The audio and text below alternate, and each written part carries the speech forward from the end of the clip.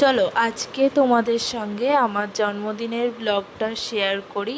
আর এটা আমার কত বছরের জন্মদিন আর কি কারণে কোনো কিছু সেলিব্রেশন করিনি সব কিছুই থাকবে আজকের এই ব্লগে। হাই, আমি নেহা, চলে এসেছি নতুন আরও একটা ব্লগের সাথে। হ্যাঁ, আজকে হচ্ছে সেই দিন, আজকে হচ্ছে এই হতভাগীটার জন্মদিন। জন্মদিন অবশ্য অনেক দিন আগেই গেছে, ব্লগটা সেই দিনের। যাই হোক, চলো সেই দিনের গল্পটাই তোমাদের সঙ্গে শেয়ার করি।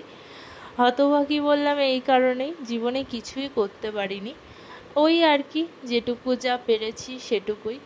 যাই হোক, সকালবেলা পুজো দেব, তার আগে দেখো এই যে বাবা কালকে কলার কাঁদিটা কেটে এনেছিল, সেখান থেকেই দুটো কলা দিল গোপুসোনাদের জন্য।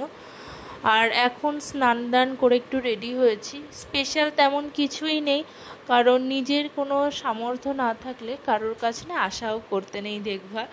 যাই হোক, মা বাবার কাছে তো আশা করাই যায়। এখন পুজো দিচ্ছি, জীবনে যে কোনো বিশেষ দিনে এখন চেষ্টা করি গোপুসোনাদের দিয়েই শুরু করার।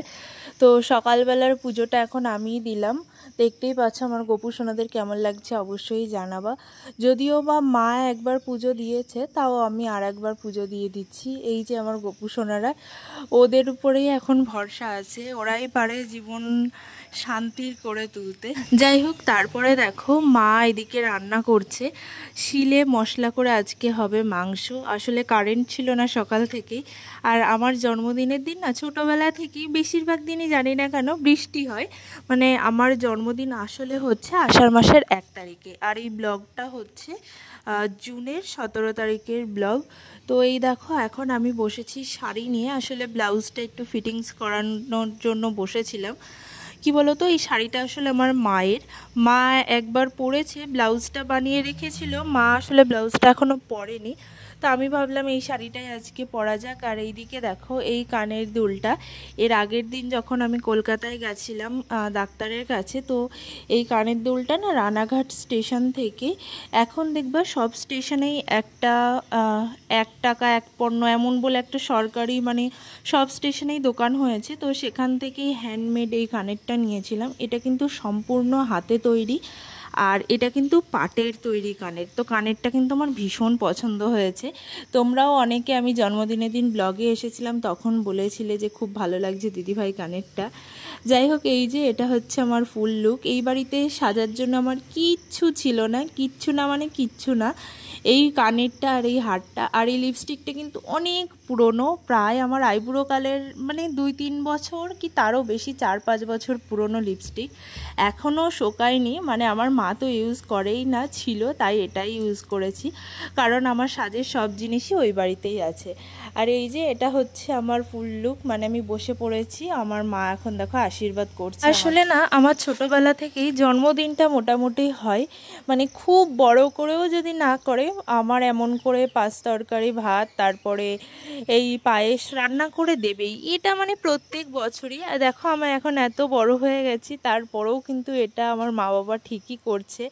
এর আগের বছরও, মানে আমার বিয়ের পরেই বার্থডে পড়েছিল, সেই বছরও কিন্তু আমার মা বাবা করেছিল, যদিও বা আমি জন্মদিনের দিন ছিলাম না বাড়ি, আমরা তখন ঘুরতে গেছিলাম মেঘালয়া।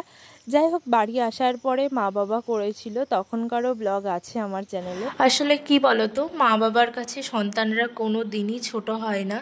আর ছোটবেলা থেকেই আমি আমার মা বাবার কাছে যেটা চেয়েছি সেটাই পেয়েছি, এমন কোনো দিনও হয়নি যে আমি কিছু চেয়েছি আর সেটা আমার মা বাবা দেয়নি। হয়তো কয়েকদিন দেরিতে হয়েছে, কিন্তু সেটা অবশ্যই দিয়েছে। যেমন এই দেখো আমার বর।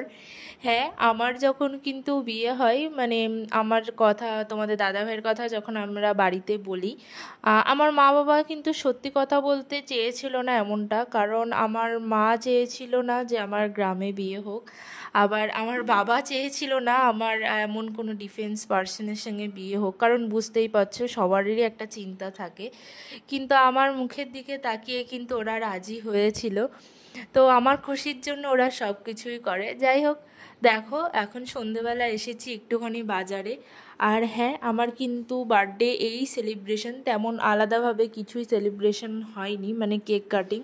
আসলে তোমাদের দাদাভাই না বলেছিল যে কেক নিয়ে যাই, কেক কাটিং হবে, কিন্তু আমি বলেছিলাম না। আসলে সময়ের সাথে সাথে না শখগুলো কেমন যেন একটা হারিয়ে যাচ্ছে, এখন আগের মতো অমন ভালো লাগে না যে কেক কাটবো, এগুলো খুব কমে গেছে।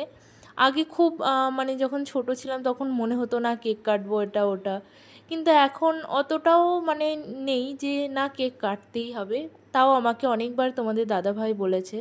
আসলে আমি ছোট ছোট বিষয় না খুব খুশি হই। এই যে ছোট্ট একটা গোলাপ ফুল, কিংবা আমাকে রাত 12টার সময় উইশ করা, এই ছোট ছোট বিষয়গুলো আমাকে খুব খুশি দেয়। তারপরে এই ছোট্ট একটা কানের এই জিনিসগুলোই তো তোমাদের দাদাভাই এগুলো আমাকে গিফট করেছে। যদিও বা ও বলেছিল যে তুমি কি গিফট নিবা বলো, আমি তোমাকে দেবো সেটাই, মানে গোল্ডের কিছু বা অন্য কিছু। আমি কিছুই নিইনি, কারণ বললামই আমার তেমন কিছু চাহিদা নেই। আমি যেটুকু পেয়েছি, আমার যেটুকু আছে, আমি খুব খুশি সেটুকু নিয়েই। যাই হোক, এটা হচ্ছে পরের দিনের ভিডিও। আমি কিন্তু এই বাড়িতেই ছিলাম।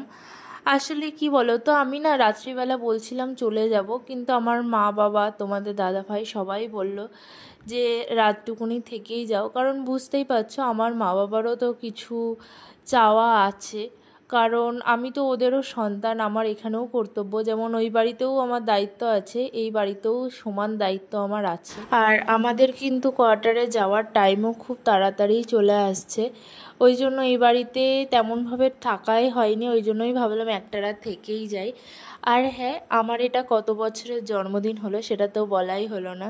তো আমি 19 পূর্ণ হয়ে 20তে পড়লাম, মানে এটা ওই বলতে পারো 20 বছর না 19 বছর, জানি না, এইটা নিয়ে আমি খুব কনফিউশনে থাকি, মানে কি বলবো 20 বছরের জন্মদিন না 19 বছরের। যাই হোক, এখন দেখো এটা পরের দিন, বললামই পরের দিন পুজো দিতে বসেছিলাম আমার গোপুসোনাদের। আমার না যখনই মন খারাপ থাকে আমার মনে হয় ওদের পুজো দিলে আমার মনটা একটু হালকা লাগে। আর এখন আর মনের কষ্ট দুঃখ এগুলো মানুষের সাথে শেয়ার করি না, এখন শুধুমাত্র ভগবানের কাছে এগুলো শেয়ার করি, কারণ এরাই একমাত্র চুপচাপ আমার কথা শোনে, এদের কাছে বলেই শান্তি পাই। যাই হোক, পুজো করা হয়ে গেছে, আর তোমাদের দাদাভাই কিন্তু কালকে রাতে বাড়ি চলে গেছিলো। দেখো, আমি এই বাড়ি আছি মানেই যে ওকেও থাকতে হবে সেটা কোনো দিনই না।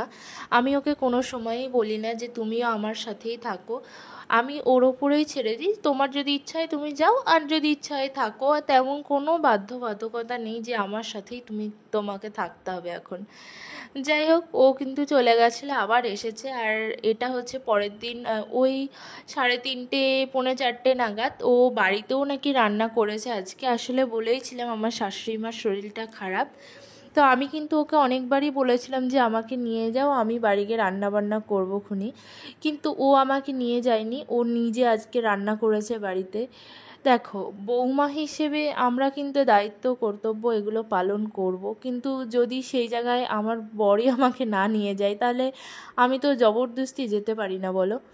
যাই হোক, এখানে খিচুড়ি রান্না হচ্ছিল, আর এই ভিডিওটা কিন্তু আমি করিনি, আমার পাশের বাড়ির ভাই করেছিল, কারণ তোমাদের দাদা ভাই ওকে বলছিল যে আমার একটু ভিডিও কর, আমি এখানে বড়া ভাজবো। আসলে আমি না আজকে একটু খিচুড়ি খাবো বলেছিলাম মাকে, কারণ বৃষ্টি বৃষ্টি ওয়েদারটা দেখেই বুঝতে পারছো।